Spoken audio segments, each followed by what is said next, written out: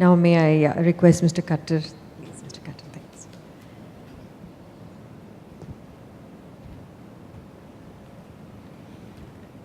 Ashri, an old friend, our High Commissioner to Singapore, I to India, Gopi, friends. I don't have a PowerPoint presentation, so please forgive me. The topic I have been asked to speak on is law and business. We need 2 days for that. We don't have 2 days, I have 15 minutes. So I will just touch on some topics that we in Singapore have implemented, where we have used the law to enhance our economic interests, and we hope we have done it successfully. We have, since we became an independent country 50 years ago, decided that we will have to attract foreign capital to sustain us, and to do that we have to have incentives to make it meaningful for foreign companies to come and use Singapore as a base for their worldwide activities. Singapore itself is too small and has a small population to sustain large economic activities. But when we became independent, we had to attract foreign companies, because without them, really we had no hope of survival. We don't have oil, we don't have land. Our labor force was at that stage fairly unskilled. We were a somewhat successful entrepreneur center serving the region, but the region was interested to do the things their own way, and we did not expect that Malaysia would be a supporter of our attempt to export to them. So we had a number of incentives, and these incentives were tailor-made to suit the foreign enterprises that we were trying to attract. For instance, we had tax-free holiday for a sizable industry that was prepared to come to Singapore.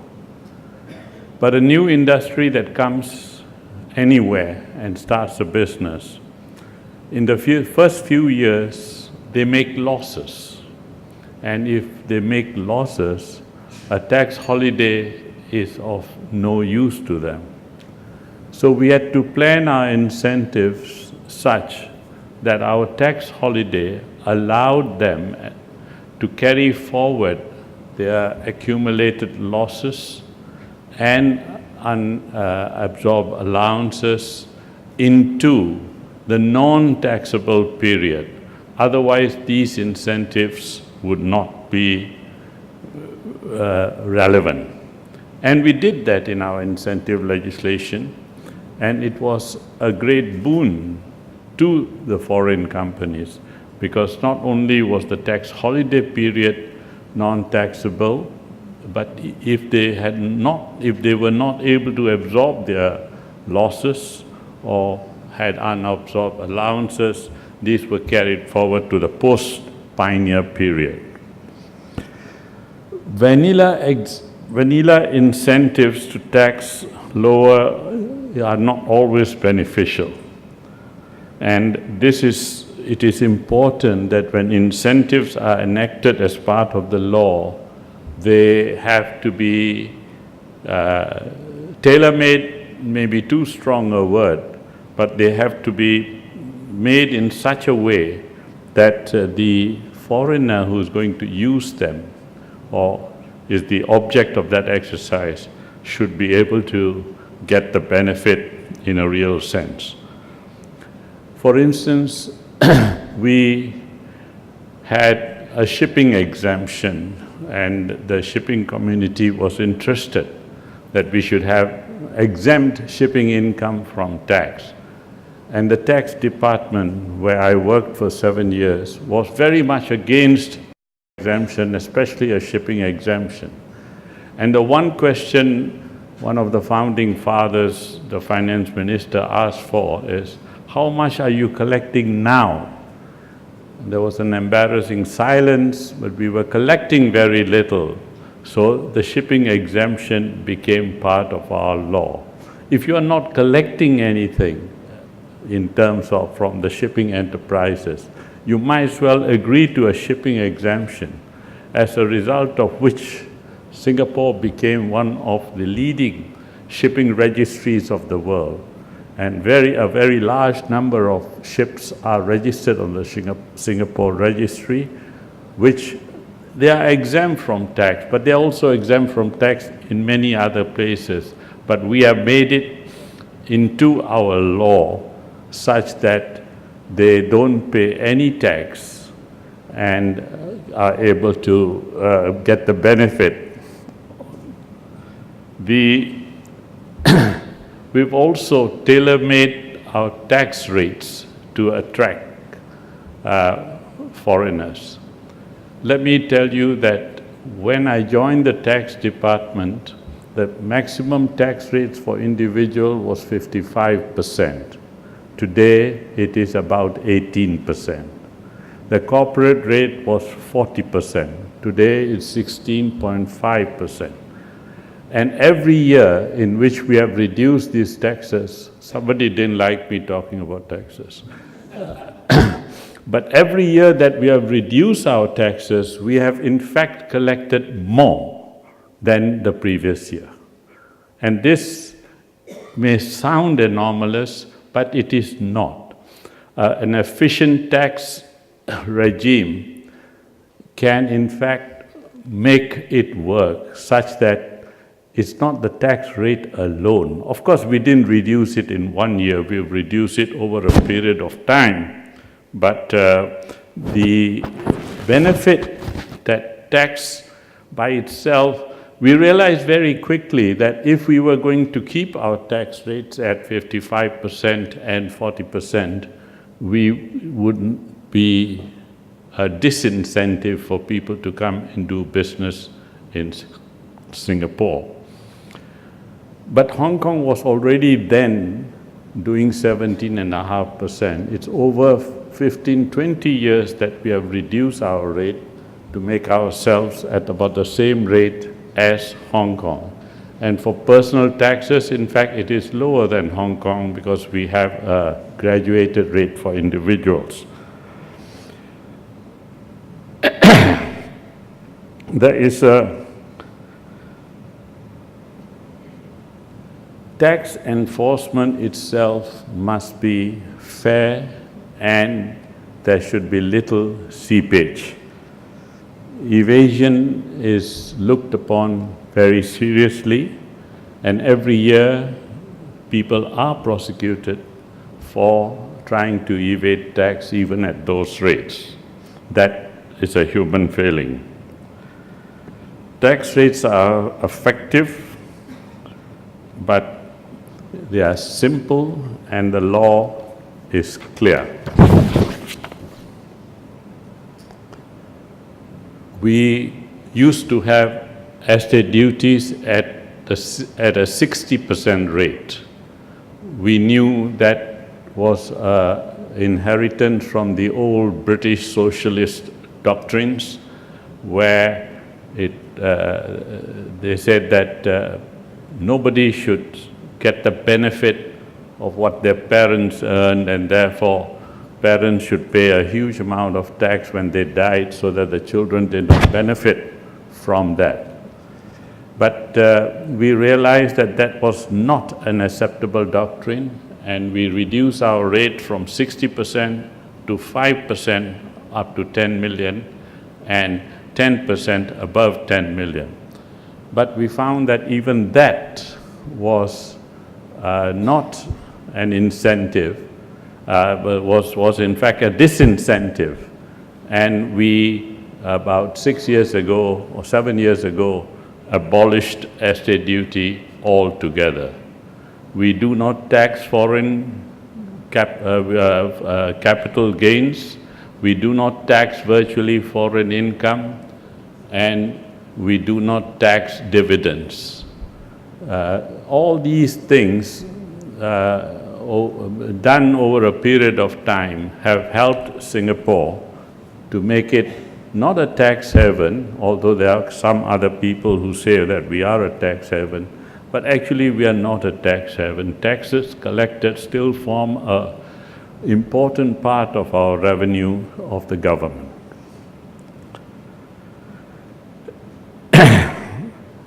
The service sector has always been an important part of Singapore, and it was important that we preserve the attractiveness of having the services not only of our own corporations, but more importantly from abroad, people to be based in Singapore for the services sector. But services can be based anywhere.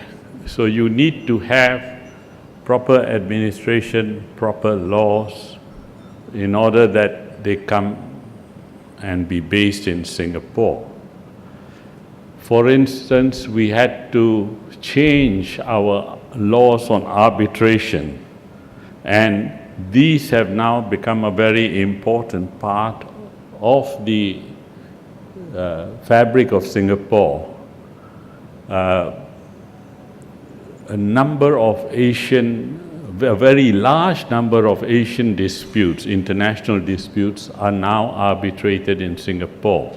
In fact, Singapore is a venue of choice even for Indian companies having problems of a legal kind with especially the foreign investors. Paris used to be the most famous center, followed by London, but both of those are much more expensive, and although they are effective, we've changed our laws to make it as effective as it would be in any of the older traditional centers of this thing. Number of old sacred cows had to be abandoned in order to make Singapore as a center. For instance, lawyers from abroad were allowed to become arbitrators in Singapore without having to be called to the Singapore bar. They were subsequently also allowed to conduct arbitrations without being called to the Singapore bar. And now they can even practice many aspects of their own law as well as some of Singapore's laws without having to be called to the Singapore bar. Of course, there were objections from the local lawyers, but the interests of the nation must necessarily override the well-being or the economic well-being of our own population. And in the end, we have found that if you make the cake bigger, everybody benefits, including the local lawyers.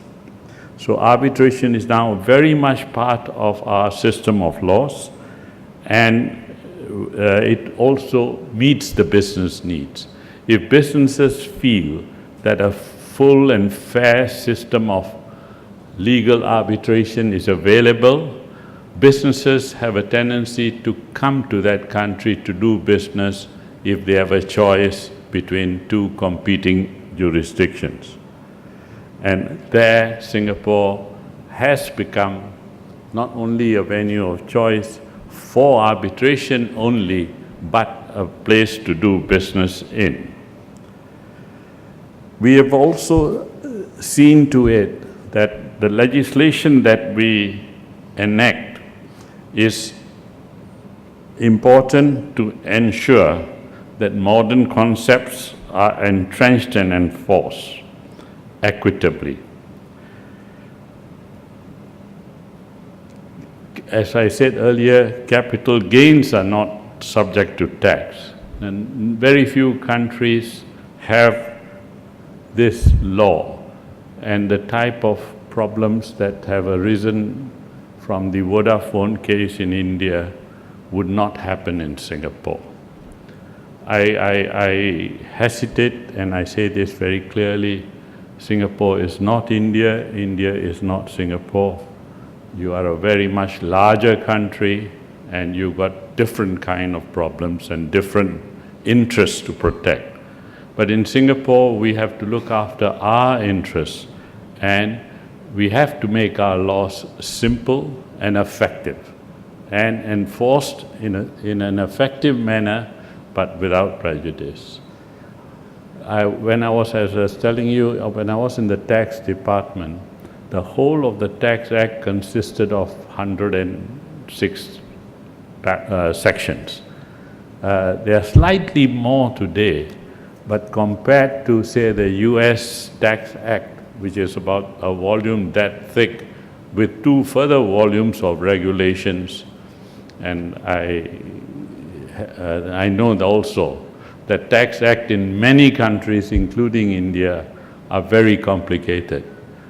Of course, they are a boon to lawyers, but my ambition as a senior legal advisor was to keep the Tax Act simple so that the layman could understand it and implement it, rather than only the sophisticated lawyers would understand it, and they would charge lots of fees to give you an opinion which another lawyer would give an opposite without difficulty. Enforcements of judicial and judgments from both abroad and under our own arbitrations are now very strictly enforced. When Hong Kong was about to become part of China, our Prime Minister, Mr. Lee Kuan Yew, invited quite a few senior people and said, "Why don't you move to Singapore?" And they said, "Look, we cannot come to Singapore because you take too long to get a judgment, and what do we do in the meantime? We can't build, we can't collect, we can't live on love and fresh air." And he saw to it that very soon thereafter, the law was changed. Today, you can issue a writ within less than a few days. The High Court will finish the hearing in most cases in 12 months, and appeal will be finished within the next 9 months. And there will be no avenue for people to delay judgments or take out all kinds of proceedings in order to delay the matter. This is an important part. It may seem small for this to happen, but it is important that the international businessman can see that if there is a genuine dispute, the matter will be dealt with by the courts within a reasonable period of time and will not be subject to further delays of all kinds, some of them with merit, most of them without merit. It is also important that corporate governance must be followed in a free and systematic manner. Good corporate governance is an essential part of any business any business that is looking to carry out its activities in that country.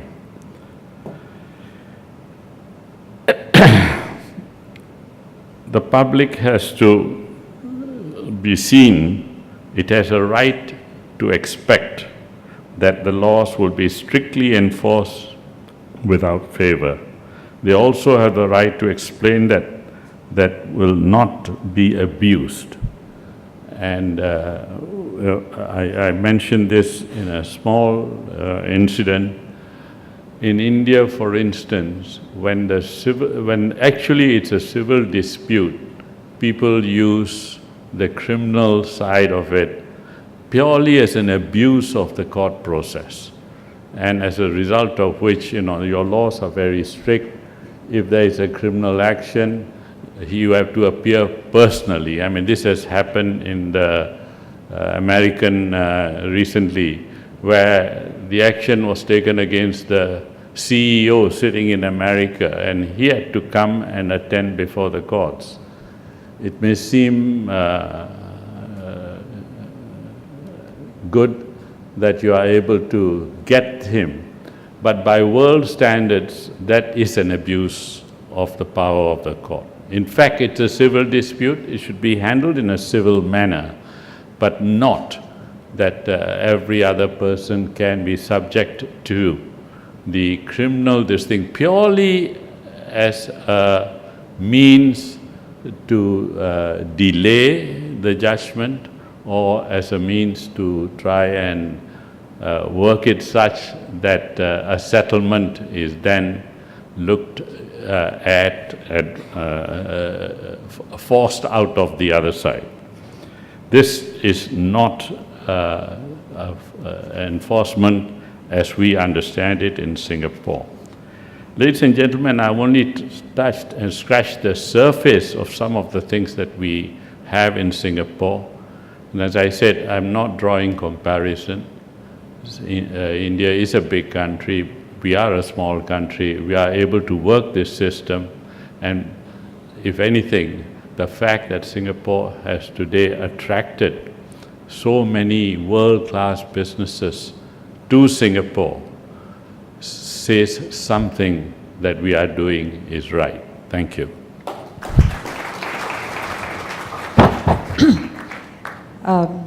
To all our distinguished speakers today, each and every one of your presentations has reflected 50 years of an incredible journey of visionary leadership and planned growth for Singapore. Before I open the floor up now for discussions, I take the prerogative of asking you the first question. Your Prime Minister, Mr. Leung, asserted that to survive, you have to be exceptional.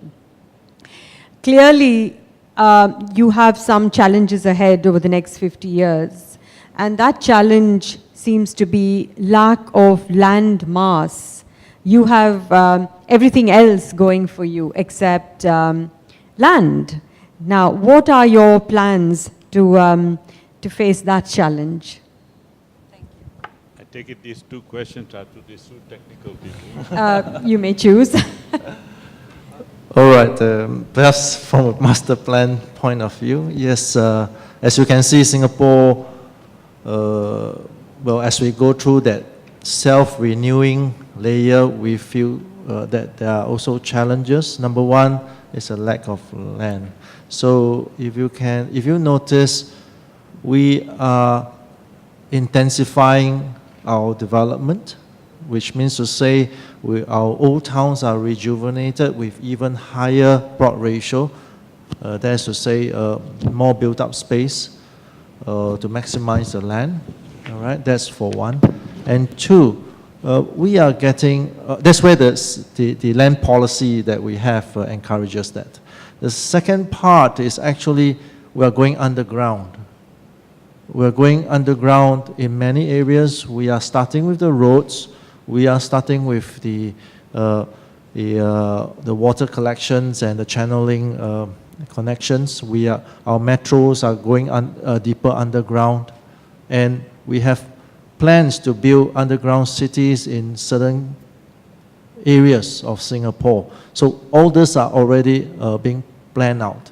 The traditional reclamation, we have reached an extent that any further reclamation might already affect the environment. So we do have a limited scope that we can do for reclamation. So we have to balance on that. So this is one challenge that Singapore would have in terms of self-renewal. Second self-renewal challenge is actually our birth rate that we have to handle. Yeah.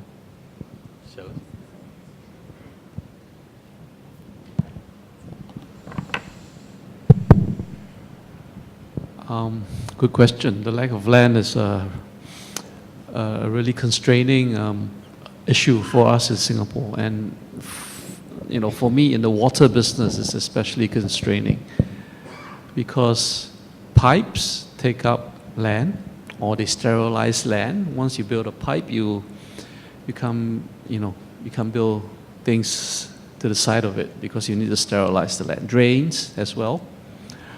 Plants also take up land, especially sewage plants. In the past, used to be that sewage plants are built in remote places because they smell.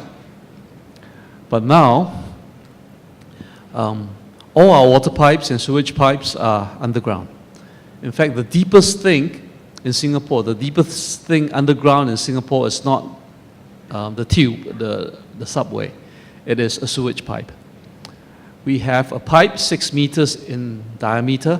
It's a very big pipe that collects all the sewage. It flows by gravity. It is 60 meters deep in the ground.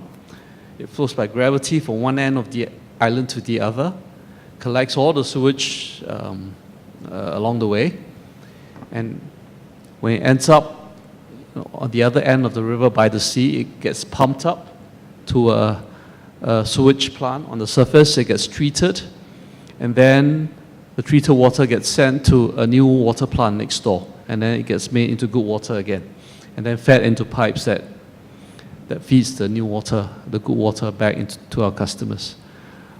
So in the future, we'll be building sewage plants, waterworks underground, and maybe even integrate some of these plants with other developments. So it is not an impossibility that you can have an office block or residential apartments sitting above a sewage plant underground. Would you like to say yes, please? Singapore's population is now 5.5 million people. We were supposed to reach this number, I think, 2 years from now, but we reached there faster. We've had a large number of foreign people settled in Singapore, and it's part of government policy that we will continue to attract and offer residence, although we've become more discerning in the last few years as to the people who have to be given the right to stay. Our planners have said that we can,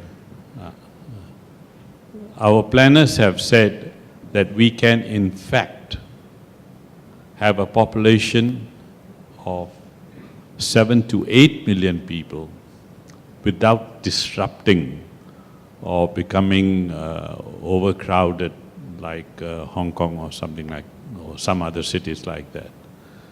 So we are in a position to either go upwards, and we are increasing our plot ratios, as you said, to allow buildings to go higher. And we have the ability, actually we've got a lot of land still, only it is a monopoly of the government. They own all the land, or most of it, for future development. But we can plan to be 8 to 9 million people without overstraining our resources.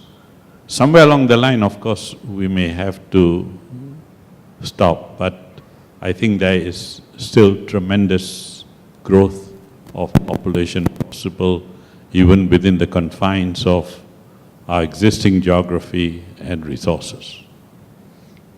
Thank you very much. Now, I ask for questions from the floor, please. Please, identify yourself. Thank you. My name is A couple of clarifications to seek. The first clarification from the first panelist, Mr. Peter. Singapore used to depend a lot on Malaysia for water supply. In fact, we were taught when we were studying Southeast Asia, the Japanese threatened the British that they will cut off the water supply to Singapore, which hastened the surrender of Britain to Japan. From your talk, I get the impression that Singapore does not depend at all on Malaysia for water supply. The second clarification, with the declining population of Singapore, you depend so much on the immigrant workers. And the immigrant workers are not likely to decline, they're likely to go up. The way of life of the immigrants is in many ways different from that of the local Singapore citizens. And a couple of years ago, there was an unfortunate clash in Little India. What the government doing to prevent such a calamity occurring again?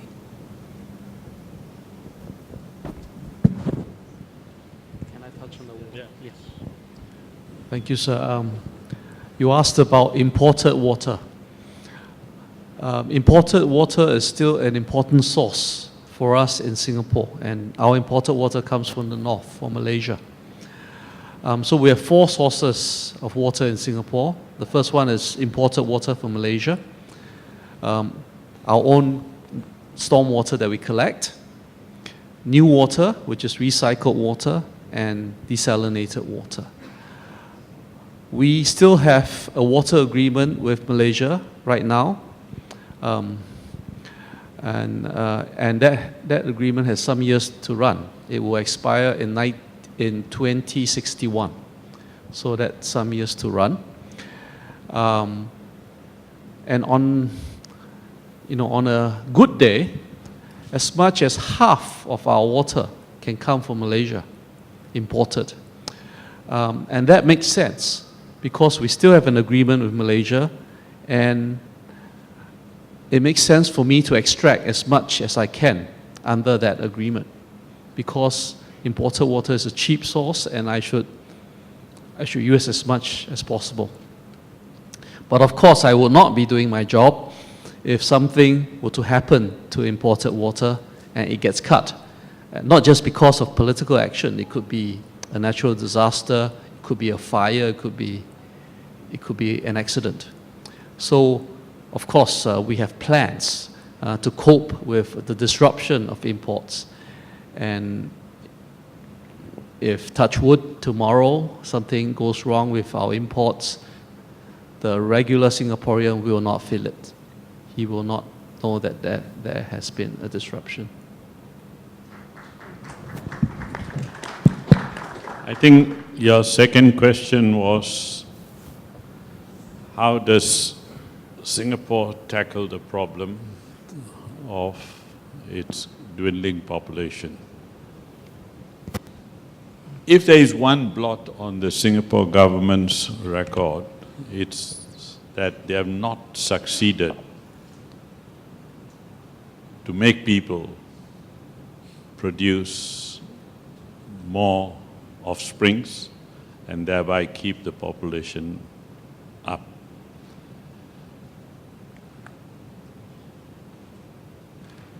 Actually, it's impossible for governments to ensure that kind of thing because you can give incentives, and we have incentives. A woman who has a baby can get up to 12 months leave, most of it paid, some part of it unpaid, as maternity leave. We even allow the husbands to get paternity leave. But there are limits to how far you can go to encourage people to have babies. And they acknowledge that.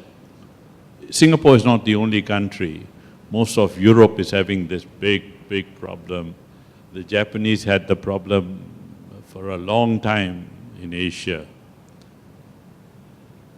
And that is why, one of the reasons why we have, as part of our policy, that we must have a certain number percentage of foreigners settling in Singapore. Hopefully, by assimilation, our own population will also grow. And since they want space in the sun within our country. But it is a challenge that's not easy to fulfill. Thank you. Time only for 2 more questions, and I see 2 hands up there, so please.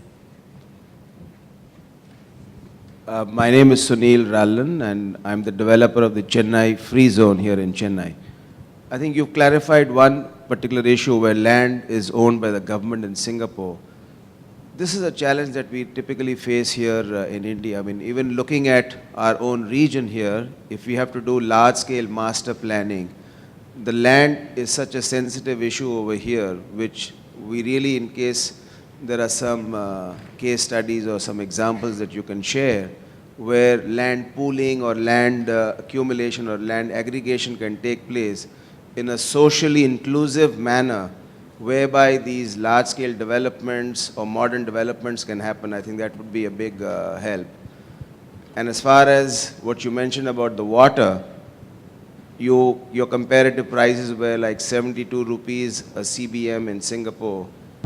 In Chennai, it's not really much cheaper, because when you buy water, which is typically by tanker supplies, it's almost 80 rupees per cubic meter. I just thought I'll mention that to you. Thank you. Allow me to take the first part of your question.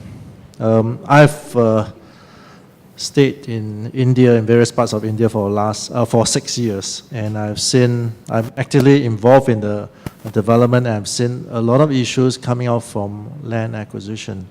In the Singapore context, to start off with, we do have privately owned land, all right?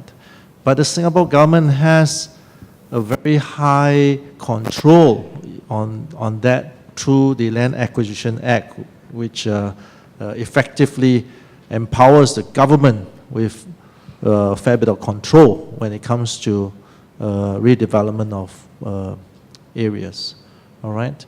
That is for one. While India may not, I shall not delve into the politics of land acquisition, but India may not have the amount of land in percentage controlled by the government. I'm not sure if India actually need that much of land as per Singapore's case.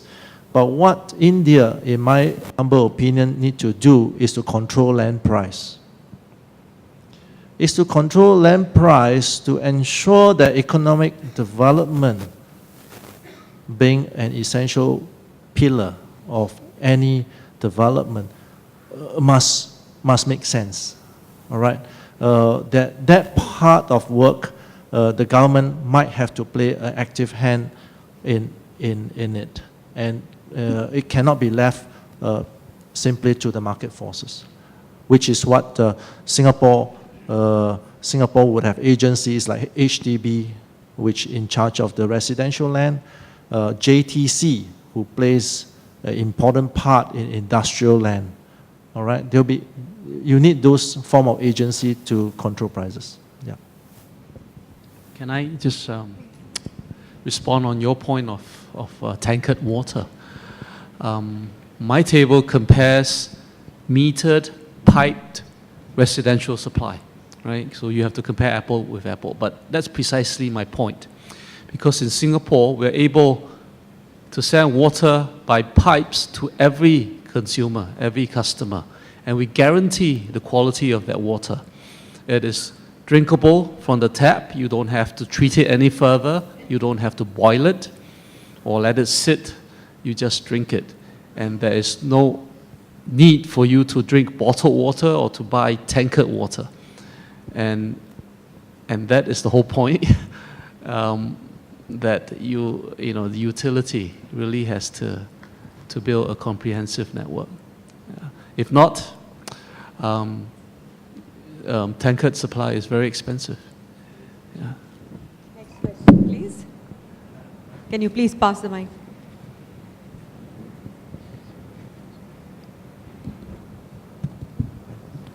good afternoon. Good afternoon. I'm Somi Hazari. I just want to find out from Mr. Peter Ju, what would be your approximate range of penalties that you impose on people who are found to be polluting your water supply? Thank you. We have strict laws about water pollution. And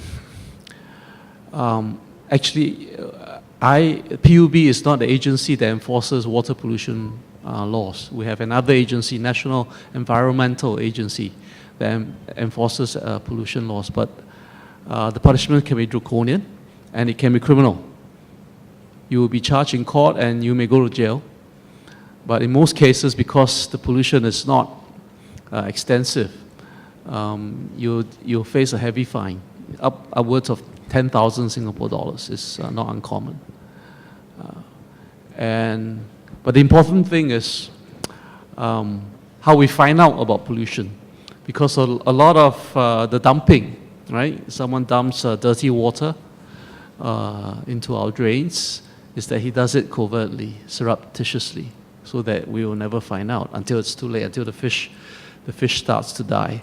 But in Singapore, we find out very quickly because people report. People take photographs and they call our hotline. And this is again the point, that regular, normal Singaporeans feel it their responsibility to protect the drains and the canals and the water. And that's what we are thankful for. So, thank you, ladies and gentlemen. I am sorry we really have to, because the minister's interactive session is going to start very, it may be off the podium, you can ask a question. So, may I request you all to give a big hand to our distinguished panel here. And thank you for your attention. Thank you, Sitara. Thank you, panelists, and thank you, Mrs. Patti, for such an engaging session. If you'd like to have more interaction with our speakers, feel free to do so at the coffee break a little later. In the meantime, it's my pleasure now to invite Professor Subhatra Kumar Mitra, Director of ISAS, on stage to present tokens of appreciation to a distinguished panel of speakers. Prof. Mitra, please.